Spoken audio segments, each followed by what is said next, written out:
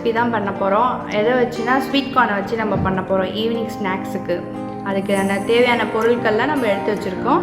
என்னென்னா sweet corn, வெங்காயம், பச்சை மிளகா, காஷ்மீரி மிளகாய்த்தூள், உப்பு, கார்ன்ஃப்ளோர், கரம் மசாலா, இஞ்சி பூண்டு பேஸ்ட், அப்புறம் உருளைக்கிழங்கு வந்து வேக வச்சு மசிச்சு வச்சுருக்கோம்.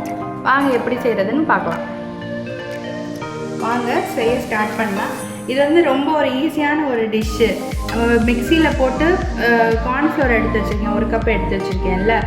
இது வந்து நான் ஃப்ரோசன் கார்ன்ஃப்ளவர் கார்ன் எடுத்து வச்சுருக்கேன், ஸ்வீட் கார்ன். இது வந்து நம்ம மிக்ஸி ஜாரில் போட்டுக்கலாம். இது குயிக்காக பண்ணிடலாம். ஈவினிங்கில் ஸ்கூல் டைமில் ஸ்நாக்ஸ்க்கு வந்து பிள்ளைங்களுக்கு எது வேணுமோ இது டக்குன்னு செஞ்சு கொடுத்துடலாம். கார்ன்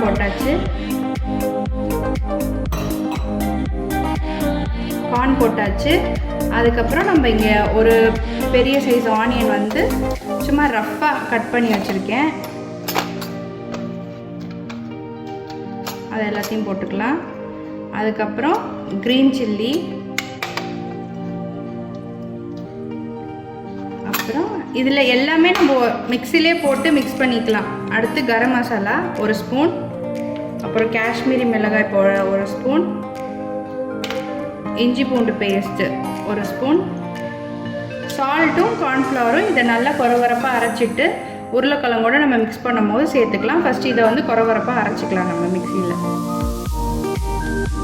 கார்னை நம்ம மிக்ஸி ஜாரில் போட்டது எல்லாமே நான் கொரகொரப்பாக இந்த மாதிரி ஸ்டேஜில் நான் அரைச்சிட்டேன். அரைச்சதை வந்து இப்போ நம்ம உருளைக்கிழங்கு வந்து வேக வச்சு ஸ்மாஷ் பண்ணி வச்சுருக்கேன்.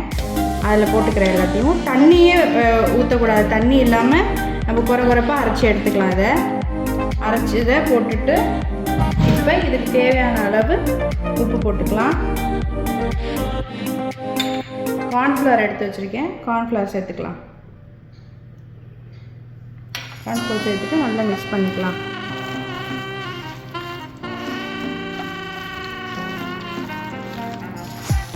நல்லா இப்போ வடை மாவு மாதிரி நம்ம எல்லாத்தையும் போட்டு பிசைஞ்சாச்சு. இந்த மாதிரி பக்குவத்தில் என்ன பண்ணிக்கோங்க, உப்பு சரி பார்த்துக்கோங்க.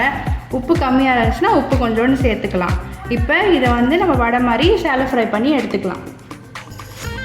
இது மாதிரி ஒரு பேன் எடுத்துகிட்டு நம்ம இதை வந்து நம்ம ஷாலோ ஃப்ரை தான் பண்ண போகிறோம். ஸோ இது மாதிரி ஒரு பேன் எடுத்துகிட்டு அந்த பேனில் நம்ம ஷாலோ ஃப்ரை பண்ணுறதுக்கு எவ்வளோ எண்ணெய் வேணுமோ அந்தளவுக்கு எண்ணெயை ஊற்றி நம்ம சூட் பண்ணிக்கலாம். நல்லா எண்ணெய் சூடானோடனே நம்ம ஒன்றா கெபாப் போட்டு எடுக்கலாம். எண்ணெய் நல்லா சூடாகிடுச்சு. இப்போ நம்ம இது ஒரு உருண்டை மாதிரி எடுத்துகிட்டு லைட்டாக, ரொம்ப மெலிசாலாம் தட்டக்கூடாது, லைட்டாக இது மாதிரி கொஞ்சம் கனமாக தட்டி ஒன்றா அப்படியே போட்டுடலாம்.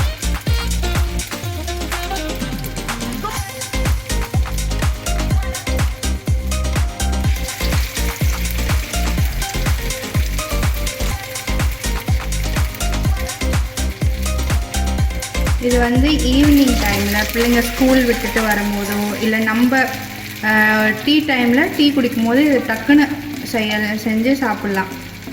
ஹெல்தி. அதோட நம்ம டீப் ஃப்ரையும் பண்ணலை, ஷாலோ ஃப்ரை தான் பண்ணுறோம் ஆயிலில். அதனால் நல்லா தாராளமாக எல்லாருமே சாப்பிடலாம்.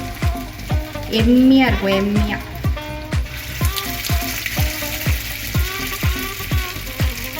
இதில் வேணும்னா கொத்தமல்லி சேர்த்து போடுறதுனாலும் போடலாம். நான் வந்து இன்றைக்கி அது கொத்தமல்லிலாம் எதுவும் சேர்த்துக்கல, ப்ளெயினாக அப்படியே தான் போடுறேன்.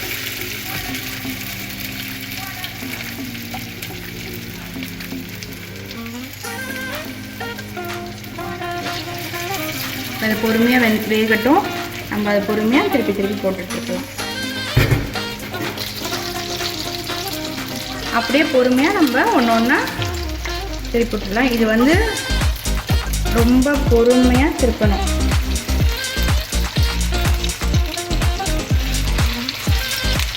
ஏன்னா நம்ம பிரெட் கிரம்ஸோ இல்லை வேறு எதுவுமே நம்ம இதில் சேர்க்கல.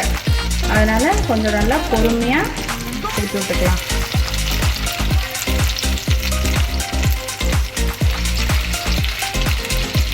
திருப்பி விட்டுட்டு அடுப்பை நம்ம சிம்மில் வச்சுக்கலாம்.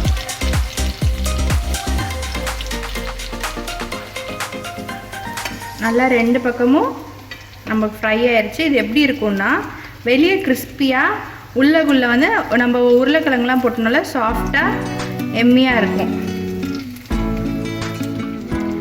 ஸோ நம்மளோட கெபாப் நல்லா ரெடி ஆயிடுச்சு. இப்போ நம்ம அதை தட்டில் எடுத்து வச்சுக்கலாம்.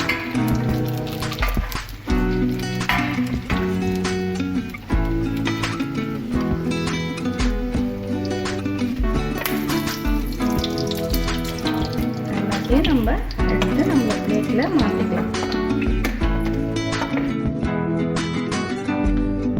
ஸோ நம்ம ஸ்வீட் கார்ன் கெபாப் சூப்பராக ரெடி ஆயிடுச்சு. வெளியே கிறிஸ்பியாக உள்ள சாஃப்டாக நம்மளோட கார்ன் கெபாப் ரெடி ஆயிடுச்சு. கிச்சப் வச்சு எல்லோரும் சாப்பிட்டு என்ஜாய் பண்ணுங்கள். என்ஜாய் பண்ணிவிட்டு என்னோடய சேனலுக்கு லைக் பண்ணுங்கள், சப்ஸ்கிரைப் பண்ணுங்கள், ஷேர் பண்ணுங்கள். தேங்க்யூ.